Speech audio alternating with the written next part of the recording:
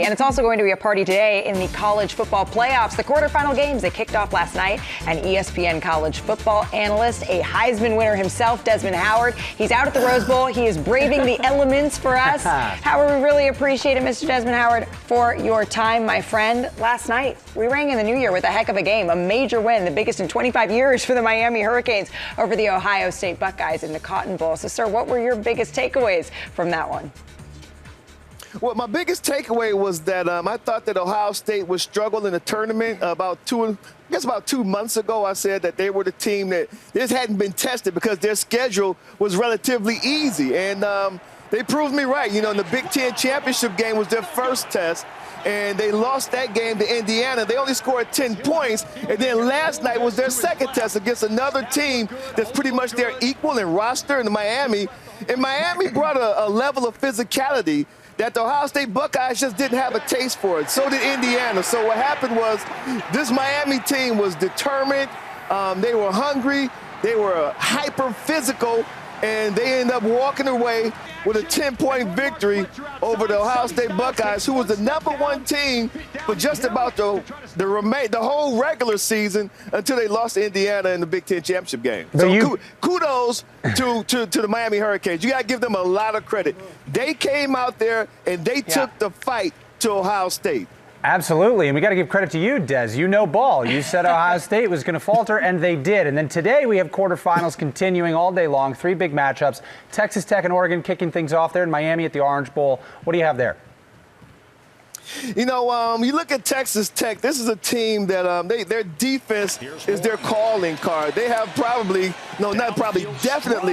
the most expensive defense in the tournament, and these guys have paid off big dividends for the Red Raiders. And offensively, they have a quarterback named Baron Morton who's been playing at a high level all season long. The only game that they lost during the regular season was the game that their quarterback Morton did not play. And they're going to go up against this Dutch high-flying, high-scoring offense led by quarterback Dante Moore. It's going to be a great matchup. All right, let's talk Sugar Bowl, another big rematch there. Ole Miss and Georgia facing off for the second time this season. So how can the Rebels pull this off under new head coach Pete Golding? You know, that's the million-dollar question, because obviously the coach last time these two teams met for Ole Miss was Lane Kiffin. And he's moved on. Now he's the head coach at LSU. And that was a really hard-fought game. We're talking about Ole Miss came out and they scored touchdowns on their first 5 possessions.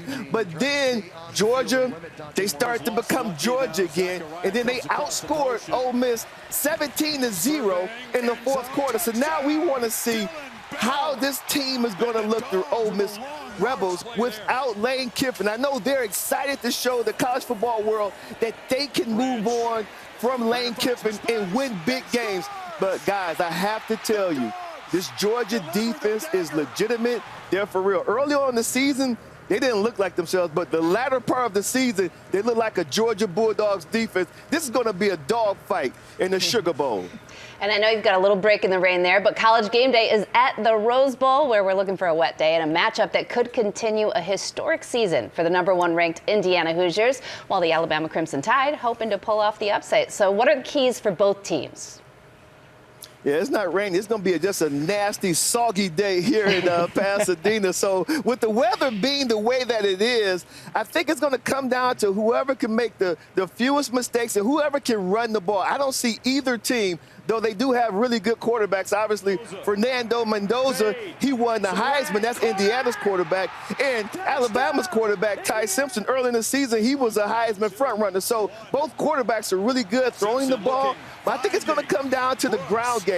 Who's going to be able to move the ball on the ground consistently? Because I'm not sure. They're going to take a lot of chances throwing the ball in this type of wet, nasty, soggy weather.